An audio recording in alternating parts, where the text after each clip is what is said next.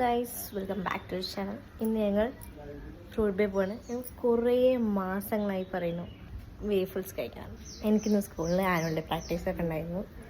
അതൊക്കെ കഴിഞ്ഞിട്ടാണ് വരുന്നത്. നമുക്ക് ഫ്രൂട്ട് ബേ തിരിക്കണം.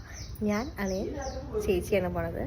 അമ്മയ്ക്കില്ലായിരുന്നു. അമ്മയ്ക്ക് കുറച്ച് ഇവിടെ തിരക്ക് നടക്കുന്നുണ്ട്. ഇവിടെ കുറച്ച് വർക്കൊക്കെ നടക്കുന്നുണ്ട്. അതിൻ്റെ ഹായ്.